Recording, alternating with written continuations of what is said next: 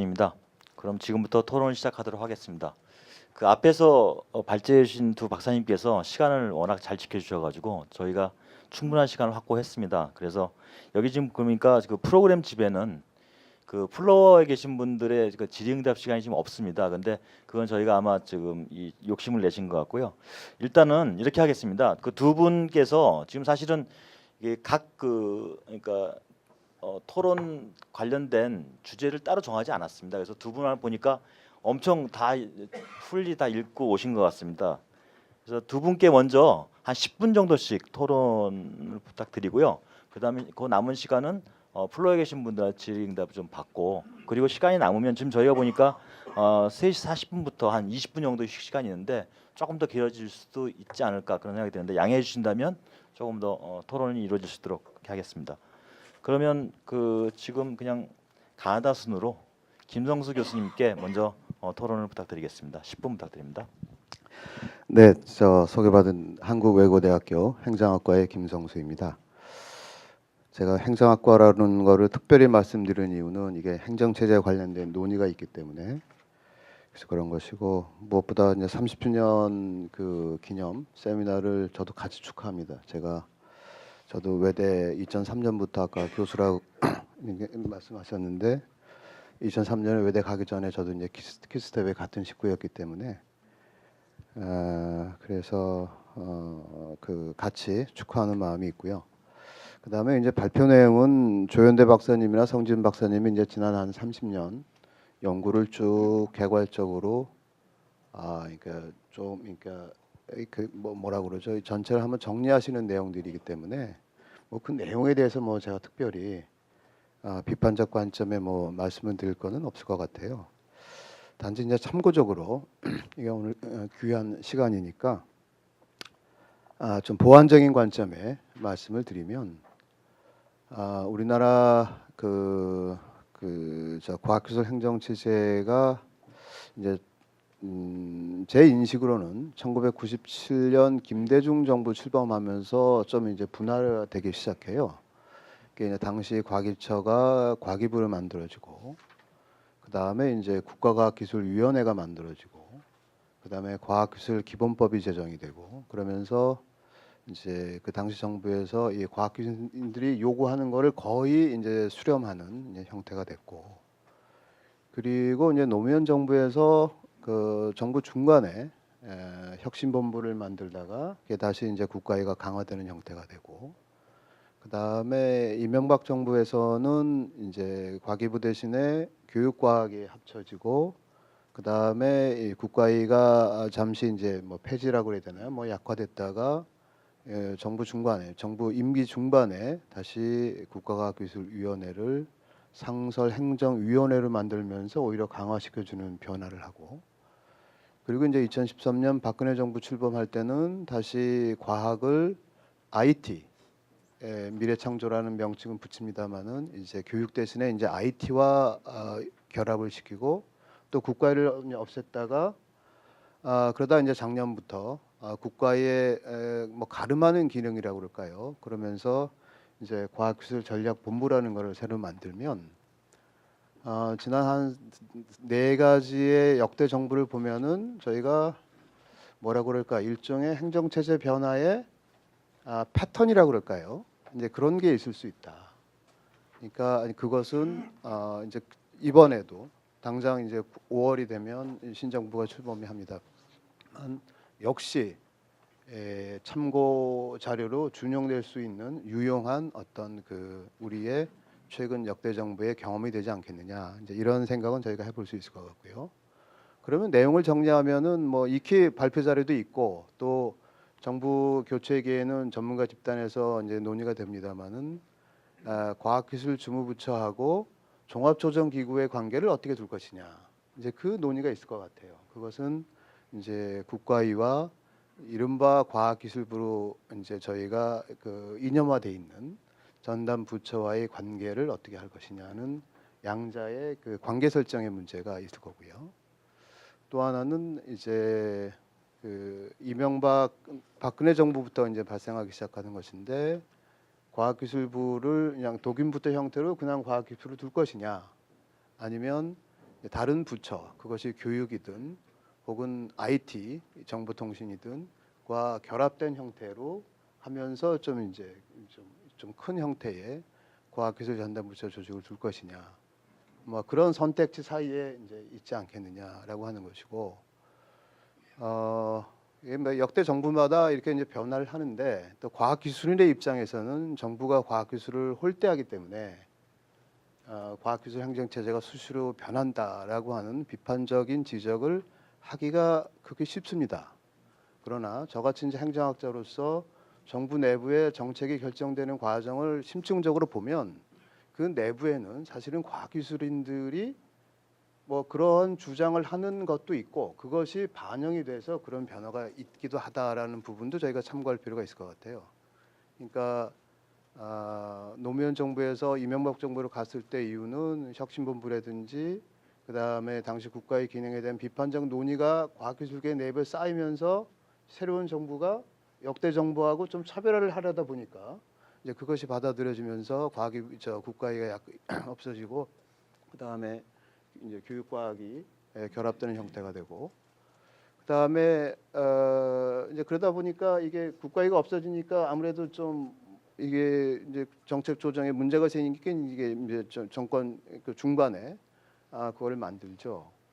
그리고 이제 박근혜 정부에서도 또 다시 예를 들면은 그 인수위 시절에 뭐라 그럴까요? 그 큰 정부 조직 개편의 큰 원칙이, 예를 들면 뭐 우리나라 위원회가 너무 많기 때문에 위원회를 좀 없애야 한다. 또 그런 이제 원칙이 쌓이면 또 국가회가 없어지기도 하고, 그러다 보니까 또 정부를 운영하다 보니까 또 문제가 생기니까 명칭은 다르나 유사한 기능을 갖는 전략본부를 만들고, 그래서 그런 시행착오가 반복되고 있다, 이런 말씀을 드릴 수가 있고요. 이거는 이제 행정체제이기 때문에 관료를 중심으로 보는 얘기입니다. 그런데 이제 아까 성진 박사님도 정당하게 지적을 하십니다마는, 우리가 행정체제 혹은 관료 중심이 아니라 혁신 거버넌스 중심으로 본다라고 하는 것의 의미가 뭐겠느냐라고 하면, 사실 과학기술 행정이라고 하는 것은 다른 분야와는 좀 특성이 다릅니다. 이거는 전문가 집단의 활동이 많고, 그리고 그 전문성이라고 하는 것은 여론의 상식적 판단으로 할 수 없는 깊은 지식과 경험이 축적될 수 있는 부분이 있기 때문에, 사실은 과학기술에 있어서 그 대상 집단이라고 할 때 그 대상 집단이 매우 이제 전문가 집단이라는 거죠. 그것이 대덕의 박사님들일 수도 있고, 또는 대학에서 연구하시는 교수님들일 수도 있고, 그래서 이제 대상 집단의 전문성이 높은 이제 특성이 있고, 그 다음에 속성 자체가 과학기술이 뭐 정치성을 갖는 게 아니기 때문에, 그래서 어떤 정치적인 판단보다는 이제 합리적인 선택의 가능성이 큰 정책 영역이다.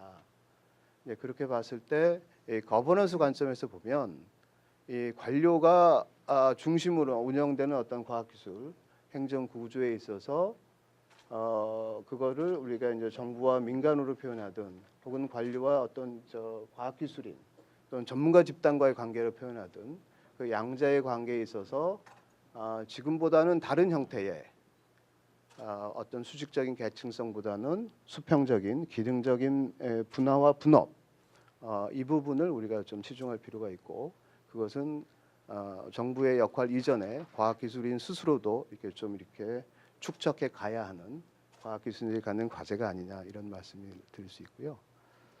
그다음에 이제 마지막 꼭지로 또 마침 선거철이기도 하고, 또 이제 9일이죠.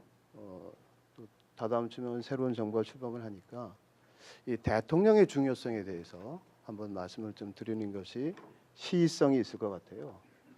그러니까 이제 한국 정부 현실에서 대통령은 뭐 다 중요하다고 원론적으로 말씀을 드릴 수는 있겠죠. 그러면 그것은 비단 과학기술뿐만 아니라 뭐 경제라든지 복지라든지 환경이라든지 국방이라든지 정부의 모든 정책 영역이 이제 대통령이 중요하다는 말을 할 수가 있는데, 그거보다는 과학기술은 그 과학기술의 내재적 속성에 의해서 대통령의 리더십이 참 중요하다. 그래서 그 어떤 비전과 리더십을 갖는 대통령의 역할이 장기적으로 효과를 그러니까 구현시키는 또는 사회 발전에 영향을 주는 이제 그러한 부분이다라는 부분을 아마 제가 이 자리에서 누구에게 말씀드리는지 모르겠는데 아마 대통령이 되려하시는 분들에게 말씀드리고 싶어요. 그것은 왜 그러냐면 이 과학기술이라는 것이 속성상 긴 호흡을 해야 되는 거 아닙니까? 그러니까 장기적이고 그다음에 원천적인 게 있기 때문에 당장 가시적인 성과가 나질 않습니다. 그럼에도 불구하고 그 과학기술이 사회 변동, 사회 발전에 미치는 영향은 또 사실 심오합니다. 그런데 이게 눈앞에 당장에 두드러지는 성과가 아니기 때문에 과학기술의 우리 이영규 실장이 계십니다만은 과학기술의 정책 결정이라는 게 정부 내부의 어떤 정책 결정의 과정에서 보면 이거는 어떻게 보면 이제 권력 관계 아닙니까? 부처의 역할의 어떤 관계에 있어서 과학기술 관료제의 권한이 이게 세기가 어렵습니다. 그렇기 때문에 이제 그것을 지켜줘야 하는 것이 예를 들면은 예산 문제를 갖고 얘기를 할 때 과학기술 관료제하고 기재부 예산 관료 있으면 누가 더 결정권이 세겠습니까? 그럴 때 그러한 것을 방어막이라고 그럴까요?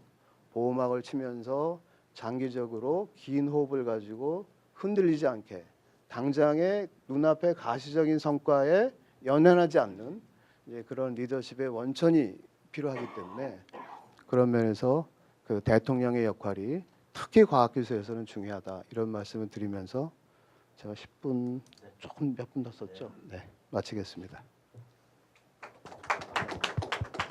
이어서 이장재 박사님. 네, 이장재입니다. 저도 스태피 출범 초기 멤버로서 30주년을 다시 한번 축하드리고요. 또 오늘 이런 귀한 자리에 지금 초대해 주신 데 대해서 감사드립니다. 실제로 보면 스태피가 87년도 만들어졌을 때 저는 88년 돌아왔습니다만 한 30명으로 출발했었는데 지금 스태피와 키스텝을 합치면 정직원만 한 300명이 되는 것 같습니다. 거의 지금 한 30년 만에 한 10배 정도 늘어나는 어마어마한 이제 커뮤니티가 형성됐기 때문에 무엇보다 그런 사실들이 굉장히 기쁜 것 같습니다. 아울러 이러한 상황에서 또 뭐랄까요, 새로운 또 정부의 변화 이런 것들이 있다 보니까 더더욱 중요한 자리가 아닐까 생각이 듭니다. 실제로 우리 조현대 박사님과 승재원 박사님은 정말 한눈 팔지 않고 한 분야에서 열심히 연구하시는 분들에 제가 평소에 굉장히 존경하고 또 많이 인용하는 연구자분입니다. 그 두 분이 같은 지역이신 것 같은데 발표의 이 스킬은 굉장히 달라가지고 재밌게 봤습니다. 조 박사님 하신 부분에 대해서도 저는 어떤 면에서 저는 이제 정책 연구를 하다가 프랙티셔너 입장에서 키스텝에서 좀 그런 역할을 하다 보니까 조금 어떤 면에서는 연구 전문가 입장보다는 현실 전문가 입장에 조금 더 드릴 말씀이 있는 것 같습니다.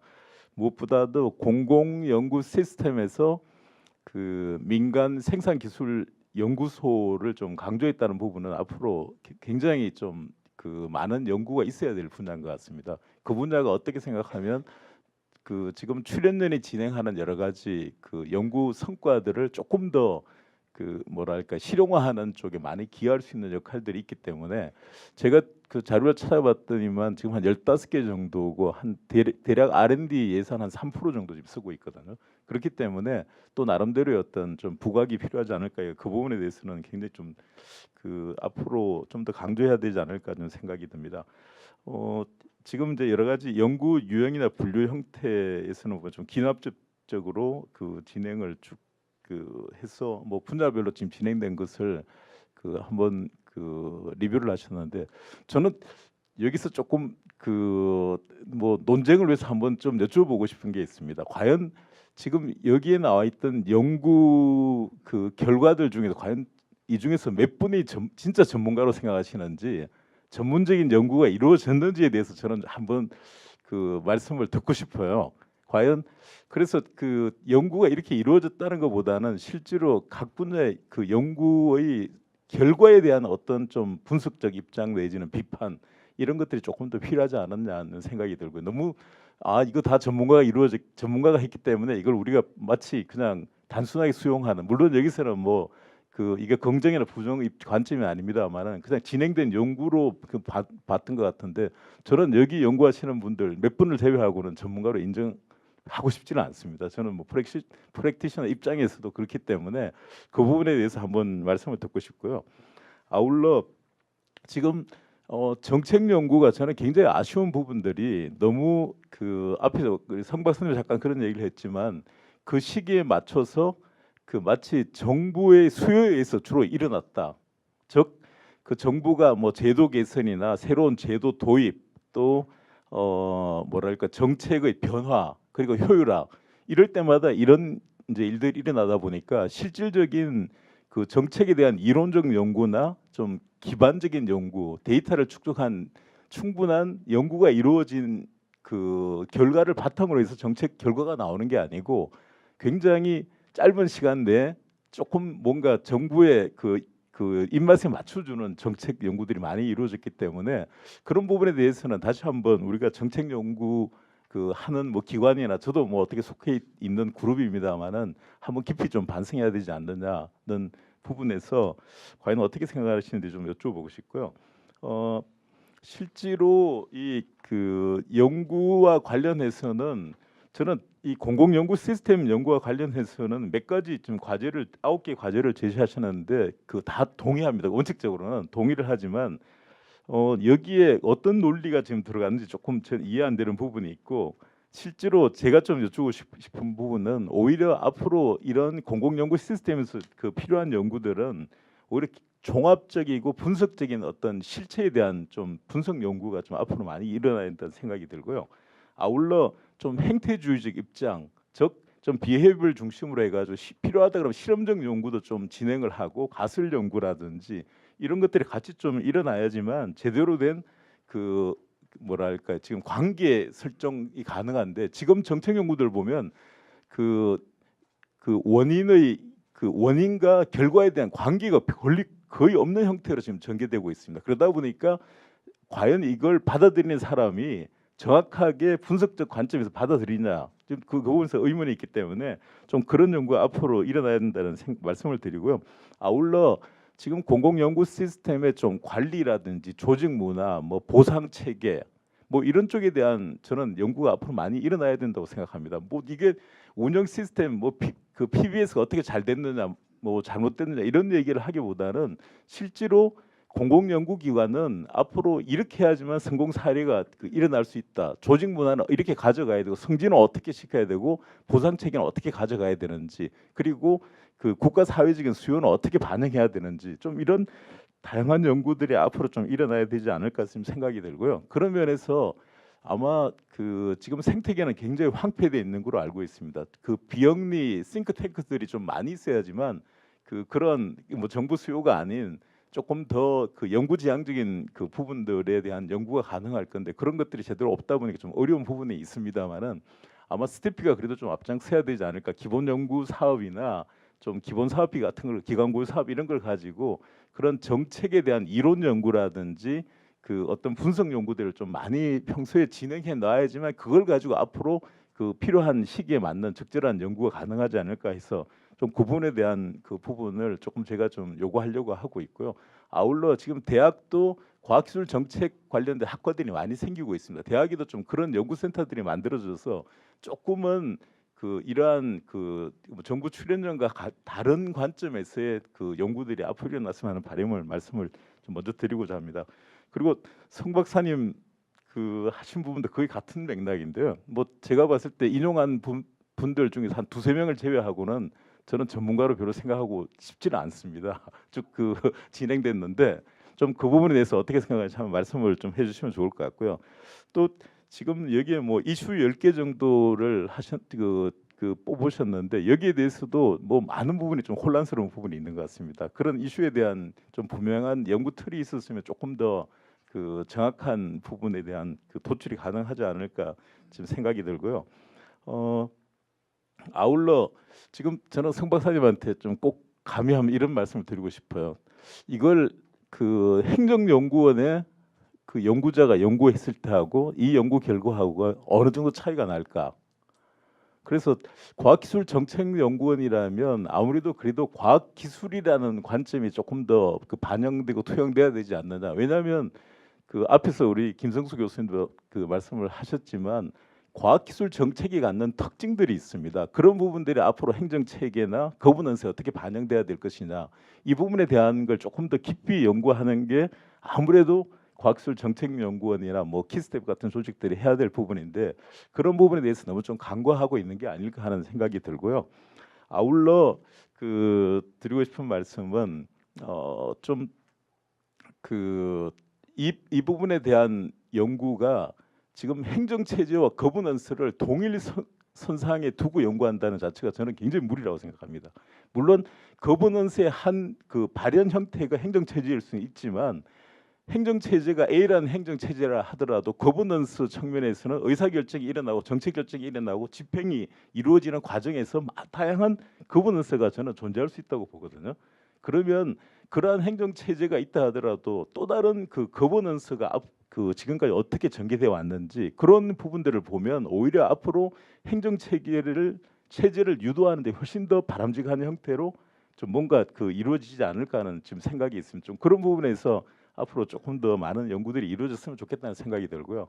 뭐 앞에하고 같은 맥락입니다만은 조금 더 우리가 그 정책 연구를 하는 분들이 정책에 대한 이론 연구, 뭐 어떤 그러한 그 티어리를 도출하게 위한 연구, 이런 것들을 앞으로 좀 꾸준히 해줘야만 바람직하지 않을까 하는 말씀을 드리면서 제 토론을 마치도록 하겠습니다. 감사합니다.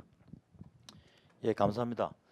그 사실 저희 그 처음에 저희 이 심포지엄을 기획하신 분은 여기 이제 우리 송희진 박사님 계신데 고민을 많이 했어요. 왜냐하면 이게 지난 30여 년간의 기술혁신 연구에 대한 리뷰를 한다는 것 자체가 조금 어떻게 보면 좀 색다른 또 시도기도 한데, 또 여기를 또 담는다는 것 자체가 상당히 좀 어려움이 좀 있었던 것 같습니다.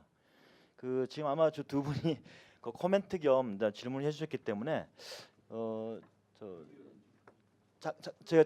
예, 일단 먼저 한번 여기 말씀하신 거에 대해서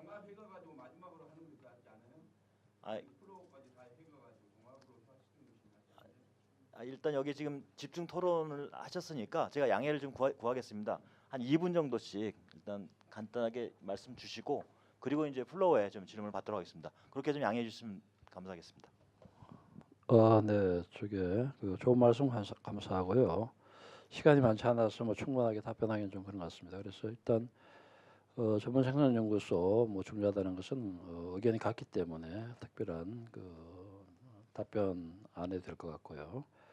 그다음에 이론적 기반적, 데이터 기반적 뭐 이런 것들 다 좋습니다. 왜냐하면은 원래 이제 이렇게 가야 되죠, 그죠? 이제 사이언스 베이스드 이렇게 연구를 해야 되는데, 좀 재밌는 것은 이제 이장재 박사님도 이제 개인 자기 소개하면서 이제 그 프랙티셔너 쪽으로 많이 갔다 그러는데, 계속해서 이제 이론이나 이런 걸 중요하다고 강조를 해주는 것 같습니다. 근데 상당히 원론적으로 맞는데, 연구라는 게 사실 이게 펀딩하고 관련이 많습니다, 그죠?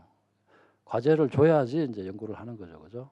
물론 이제 박사과정 학생들은 조금 다른 측면이 있습니다만, 뭐 수탁 과제에 돈을 주든지, 안 그러면 뭐 우리 같이 정책연구소에 있을 때는 이제 그 과제에 이 연구비를 줘야지 이제 연구가 진행되는 것이죠, 그죠? 그런 거를 볼 때 아직까지 이제 이론적인 연구나 좀 뭐 데이터 기반적인 이런 것들은 사실은 필요한데 좀 펀딩이 잘 안 되는 것 같습니다. 특히 수탁 연구 같은 경우에는, 그죠? 이 호흡이 긴 연구고 언제 또 다시 이제 사용할지도 모르고 하기 때문에 이제 그런 관계가 있고, 그런 것 때문에 아쉽게 생각합니다. 그래서 동의는 하지만 현실은 좀 그렇다, 이렇게 말씀드리고요. 보상체계, 조직 문화 뭐 이런 것들은 동의합니다. 다르게 말씀드리면은 이제 소프트웨어, 우리가 점점 이제 고도화되면은 소프트웨어가 고도화돼야 됩니다. 가버넌스에 대한 거나 아까 행정체계 이제 우리 그 네티에서 발표를 우리 성녀 박사 했는데, 정부는 주로 이제 이렇게 조금 손대기 좋은 거, 쉬운 거 이런 거 뭐 자꾸 손대려고 그러죠, 그죠? 근데 이게 이제 소프트웨어 이런 것들은 사실은 애매하기도 하고 또 시간도 걸리고 또 무엇을 손대야 될지 잘 모르겠거나, 안 그러면은 사실은 이것들은 권한 이임이나 그 이제 이 부처 단위 이하로 내려가서 미시적으로 그 권한이 많이 이양되고 그다음에 그 하위 단위 조직들의 그 이 역량들이 많이 올라가야 됩니다. 그래서 이제 이런 것들이 이제 시간이 걸리기 때문에 아마 그동안에 잘 안 됐거나 연구가 좀 심화되지 못한 그런 측면이 있는 것 같습니다. 어쨌든 간에 필요하다는 것은 동의를 합니다. 그렇게 말씀을 드리고 나머지 부분들은 또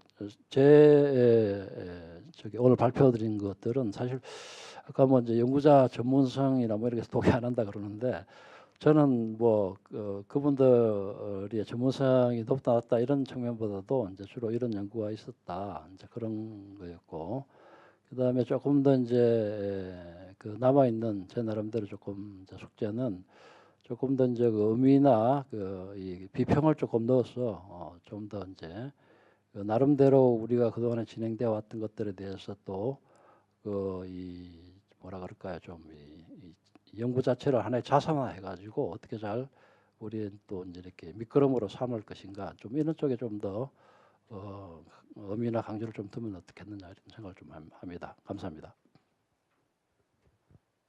예, 뭐 두 분 박사님은 제가 늘 자주 만나는 뵙는 분이고 토론을 하면서도 늘 뭐 그런 해안이나 이런 부분에 대해서는 저는 늘 감동을 합니다. 오늘 말씀 주신 거 거의 다 반영을 하고요. 그리고 그 말씀 중에 아까 전문가가 누구냐라고 말씀하셨는데 그거 굉장히 아픈 얘기죠. 저는 방금 그 얘기를 들으면서 나는 하는 생각이 들었어요.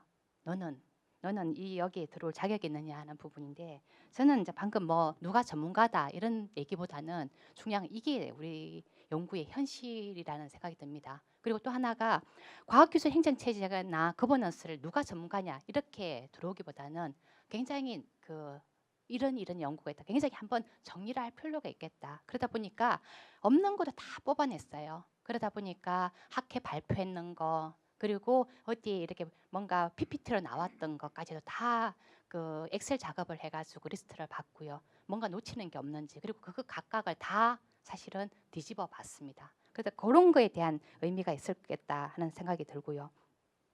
그리고 또 하나가 아까 방금 정책의 이론 연구는 굉장히 중요한 부분인 것 같습니다. 앞으로 그거는 저희들이 계속 가야 될 부분이고 그리고 또 저는 또 정책 연구자로서도 또 반성을 하게 됩니다. 아까 방금 말했던 굉장히 그 연구비라든지 솔림이라든지 유행이라든지 이런 부분이 나한테는 적용되지 않았나 하는 부분도 또 얘기가 되고 있고요.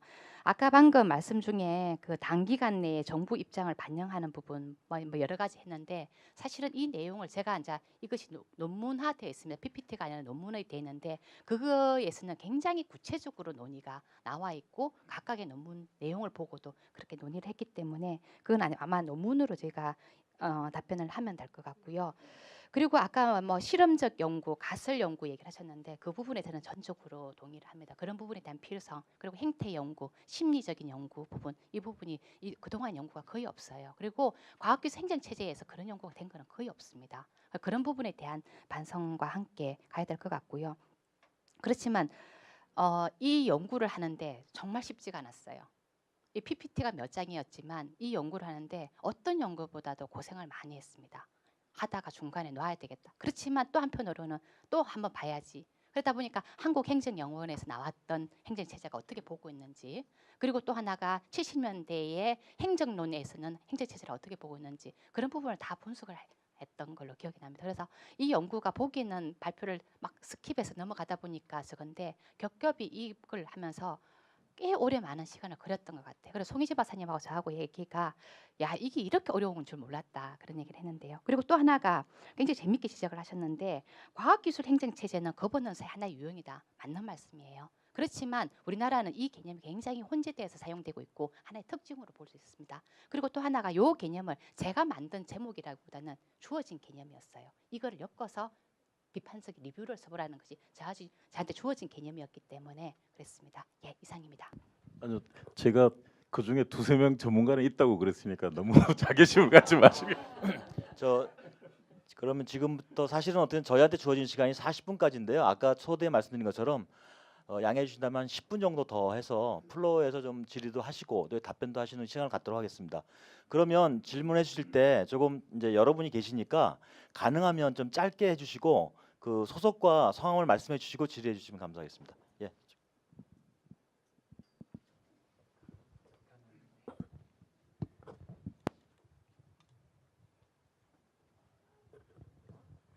중앙대 산업창업대학원의 강철승 교수입니다.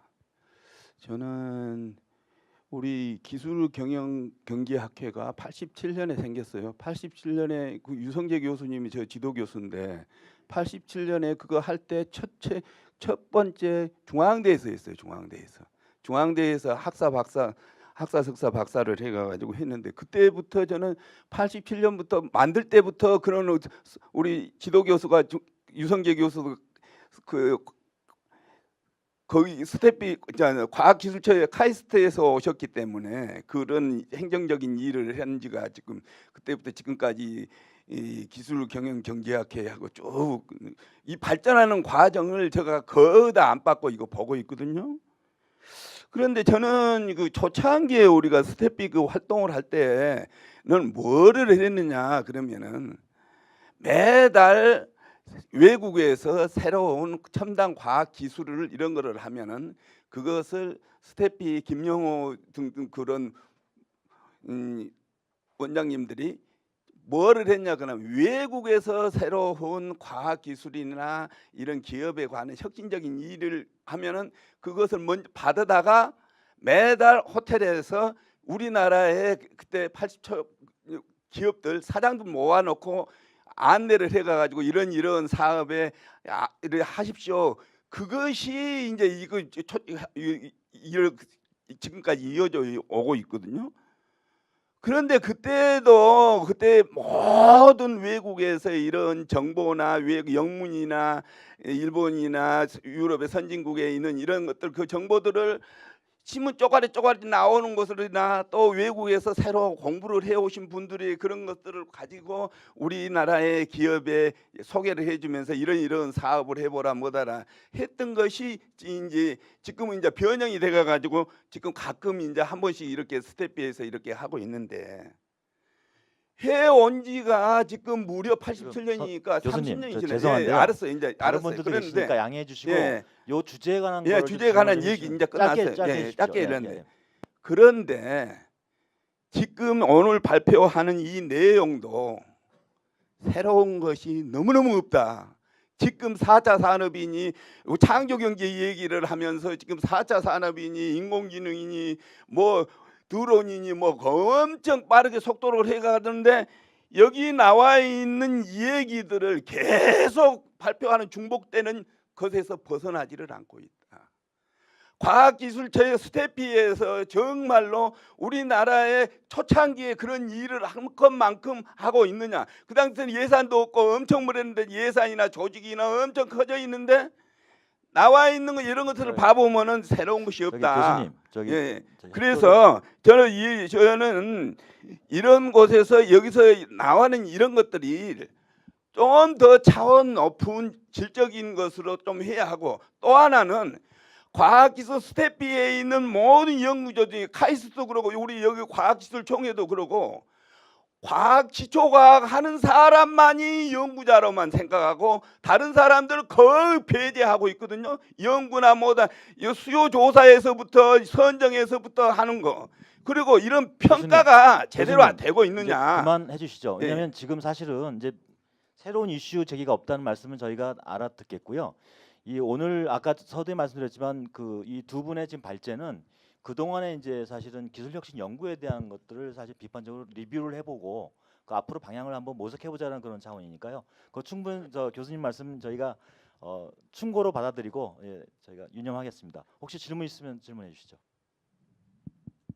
그리고 이 토론은 책에 있는 것은 간단히 하고 연구에 있는 사람들은 얘기를 들어야 도움이 되지 내용이 있는 것보다도 항상 이거 봐보면은 이 토론에 있는 사람은 참여를 전혀 무시를 하는 것 같아요. 시간 없다고 그냥 지나가는 것이 대부분이고. 죄송합니다. 혹시 좀 질의하실 내용 있으시면 질의해 주시면 좋겠습니다.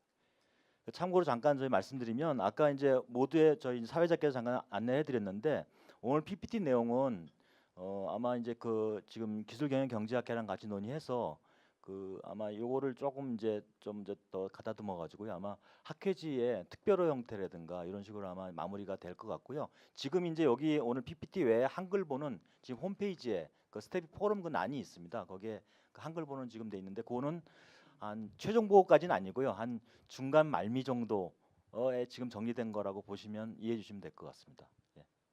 그럼 혹시 더 질의 있으시면 송희진 박사님.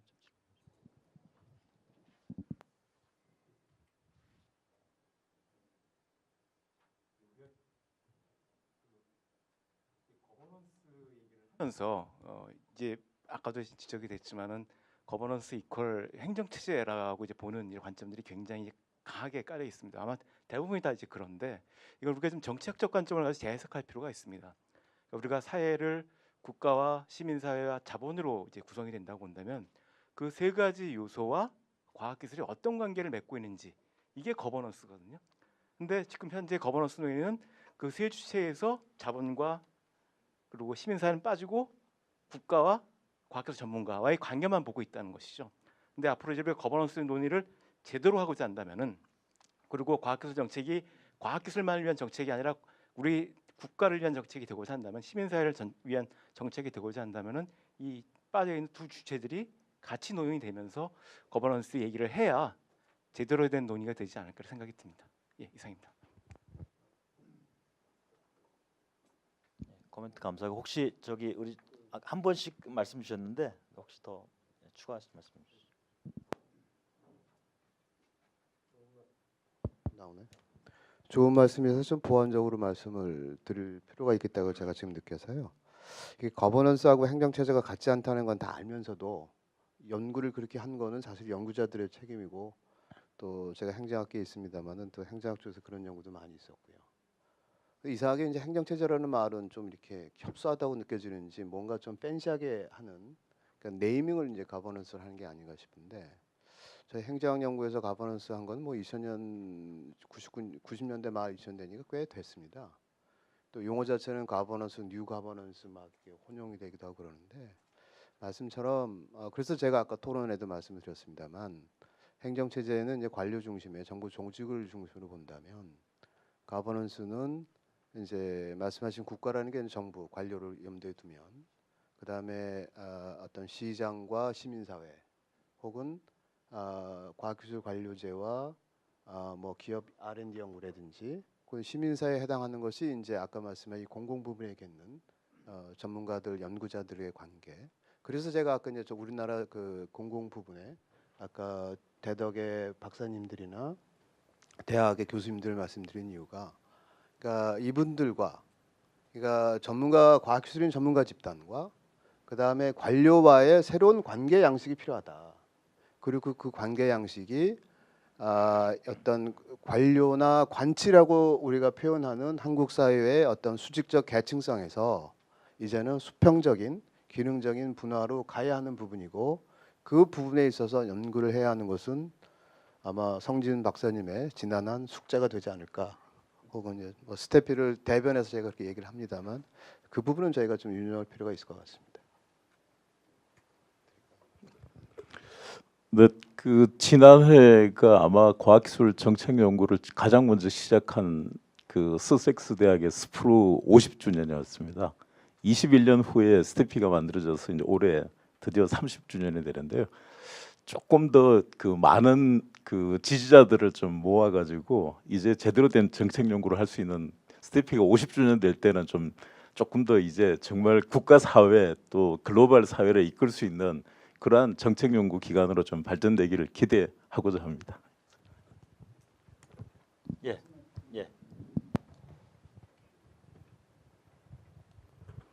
네, 저는 한국생명과학연구원의 이성우라고 합니다. 예.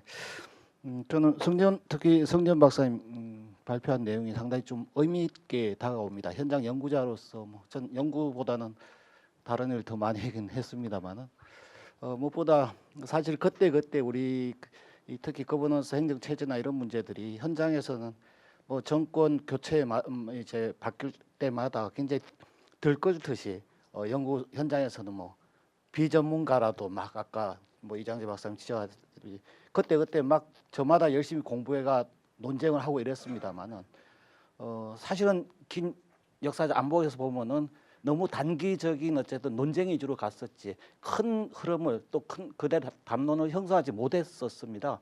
근데 그런 데는 또 한편 이제 스태프의 여러 연구자들이 그때 또 그때 논쟁이 가세한 측면도 있거든요. 저는 그런 측면에서 오늘 성현 박사님께서 지난 30년에 우리 그런 논쟁의 흐름까지 연구에 좀 많이 또 반영되고 있는 거잖아요. 어떤 건 논문도 아니지만서도 그런 우리의 또 현장 과학기술자들의 고민이 또 투영된 결과이기도 합니다. 그때 요구했던 내용들을 또 받아서 연구하기도 했기 때문에 그래서 그것이 전문가냐 아니냐 이런 것보다도 사실 절실한 현장 요구들이 있어서 또 그런 게 뭐 단기적이지만은 뭐 그때 논쟁이 되었던 것들이 있습니다. 그런 것들이 좀 차분하게 다시금 들여다보고 이후의 논쟁 과정에서 또 당장 뭐 새로운 정부 출발할 때 논쟁 과정에서도 그냥 당장 뭐가 크게 바뀌어야 된다기보다도 먼 데를 내다보면서 과학기술계가 차분하게 정책 토론을 할 수 있게끔 스태피가 잘 좀 이런 연구를 통해서 뒷받침을 해줬으면 하는 바람을 굳이 말씀드리고 싶었습니다. 이상입니다.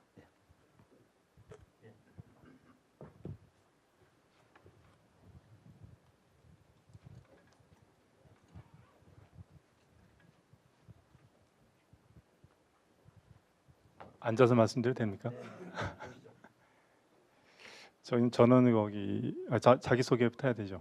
저는 홍경선이라고 하고요.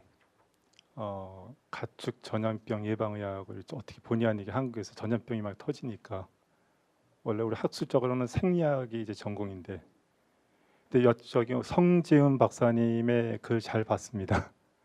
근데 내용이 이제 상당히 이제 너무 많은 분야를 이렇게 집약을 하시다 보니까 박사님의 글을 이제 글 내용을 인용을 해서 그 중에서 어느 쪽으로 더 이렇게 보완이 됐으면 좋겠다는 쪽으로 간략히 말씀 마무리 짓게요. 제가 거기 2000년에 한 3분 이내 마무리 짓겠습니다, 사회자님.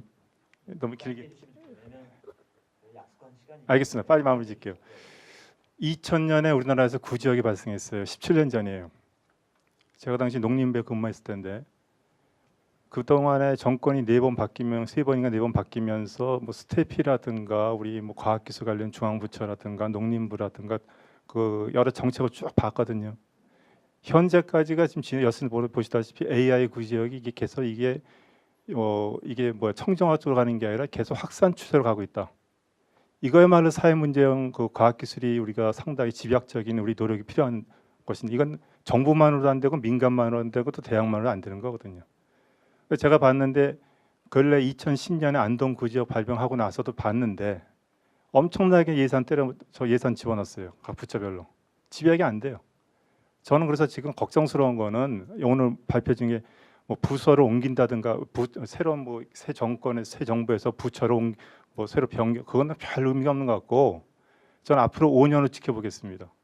어느 정당에서 그 정권을 잡든 간에 앞으로 5년 이내에 과거 우리 2000년 이후 17년 동안 그때와 비교해서 얼만큼 달라지는 걸 평가를 할 것이고 마무리 지면 성 박사님 쪽에 그 중에서 보완 글 중에 제가 공감이 가는 게 그 108페이지 거기 보면 이제 두 번째 그 정책 연구의 객관성 중립성 강조하는 절대주의에서 적응성 응용성을 강조한다는 표현이 있잖아요. 이게 우리 쪽에서 얘기하는 건 대안 있는 비판하라는 거거든요. 대안 있는 우리 과학자라는 것이 뭐 연구 이게 추세라든가 이건 다 할 줄 알아요. 그러나 이거에 대해서 우리 한국 실정에 맞게끔 우리 주어진 예산 범주 내에서 우리 주어진 인력에서 가능한 이 적응성 응용성에 대한 것을 우리가 빨리 이거를 제시하는 이거야말로 과학자의 비판 자세가 아닌가 그거에 공감한다는 말씀 마무리 짓겠습니다. 말씀 주신 홍경선 선생님의 얘기도 사실은 저희 그 충고로 저희가 유념하도록 하겠습니다. 제가 사회자로서 제가 역할을 제대로 못한 것 같습니다. 약속된 시간이 좀 지나서요. 혹시 질문 있으시다면 그 휴식 시간을 이용해서 여기 지금 발제자와 토론자와 같이 토론해 주시면 좋겠고요. 다음 또 세션이 있기 때문에 이번 그 행정체계 그리고 공공 연구 시스템에 관한 토론과 주제 발표와 토론은 이것으로 마치도록 하겠습니다. 예, 감사합니다.